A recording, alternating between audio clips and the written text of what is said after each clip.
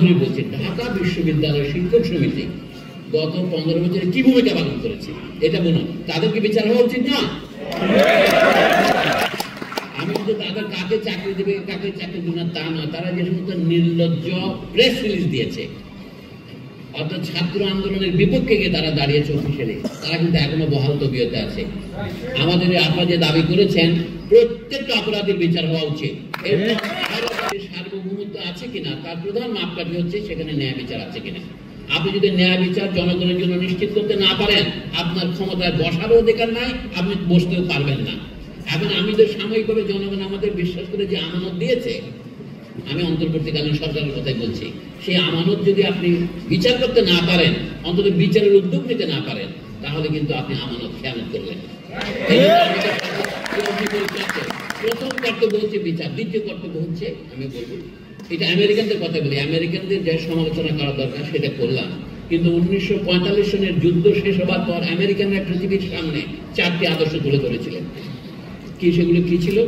Freedom of thought, freedom of religion and freedom from want, freedom from fear। এই 4টা ধরেন মার্কিন দেশের ডক্ট্রিন। আমাদের দেশে এই ন্যূনতম দাবিগুলিকে বাস্তবায়িত হয়েছে। দুটো হচ্ছে আমাদের এখানে রিলিজিয়ন, এখানে একটা কথা হচ্ছে, আমরা নতুন বাংলাদেশে এমন কিছু চাই না কোন ধর্মকে নিপীড়ন করা হবে, কোন জাতিকে নিপীড়ন করা হবে, এটা চাই না।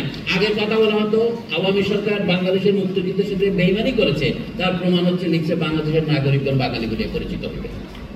এটা তো ফ্যাসিস্ট মতাদর্শ, এটা হলো জার্মান ফ্যাসিস্টদের মতাদর্শ যে দুনিয়ার সকলকে আইনের অধীনে থাকতে হবে।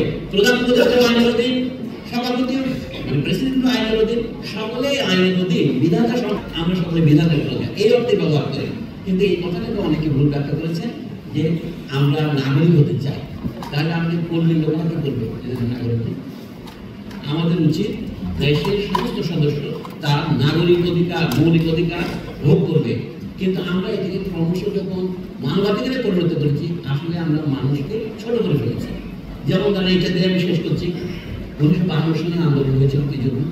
বাংলা ভাষাকে রাষ্ট্রভাষা হিসেবে স্বীকৃতি দেওয়ার জন্য, মাতৃভাষা হিসেবে স্বীকৃতি দেওয়ার জন্য নিশ্চয়ই না, অর্থাৎ মাতৃভাষা রাষ্ট্রভাষা হবে। এখন ফ্যাসিস্ট আমলে কি হলো?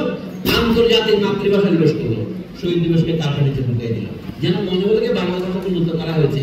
অর্থাৎ বাংলা ভাষা বাংলাদেশের কোন কাজে ব্যবহৃত হয় আপনারা বলেন? না রাষ্ট্রে, না সিভিল সোসাইটিতে, আর কোথাও না।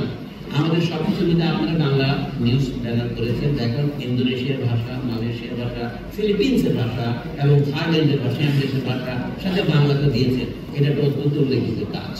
কিন্তু আমি পৃথিবীতে বহু জায়গায় বিবিসি দিয়ে বাংলা বন্ধ করে দিচ্ছি।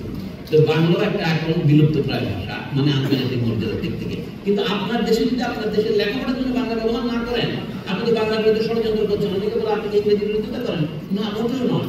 আপনি যখন ইংরেজি বেছে নিচ্ছেন তখন সাথে সাথে আপনি বাংলাকে অপদস্থ করছেন। তাহলে বাংলাদেশে যদি বাংলায় উচ্চ মাধ্যমিক পর্যন্ত শিক্ষা দেওয়া না যায়, তাহলে পৃথিবীর কোন দেশে যাওয়া যাবে? আপনি কোন অধিকারে বলবেন যে জাতিসংঘের ভাষা গেলাম? জাতিসংঘে এখন 6টা ভাষা আছে, ইংরেজি, ফরাসি, স্প্যানিশ, চাইনিজ, রাশিয়ান এবং সর্বশেষ যোগ্য আছে।